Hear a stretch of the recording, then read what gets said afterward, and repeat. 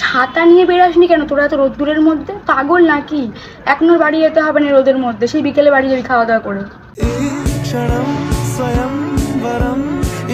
এই জলটা খা, ওটা খেতে হবে না, ওটা অনেক ঠান্ডা ছিল। এই সব রোদ্দুর থেকে এলি ঠান্ডা লেগে যাবে, কিন্তু এটা অতটা ঠান্ডা না, মোটামুটি। এটা খা।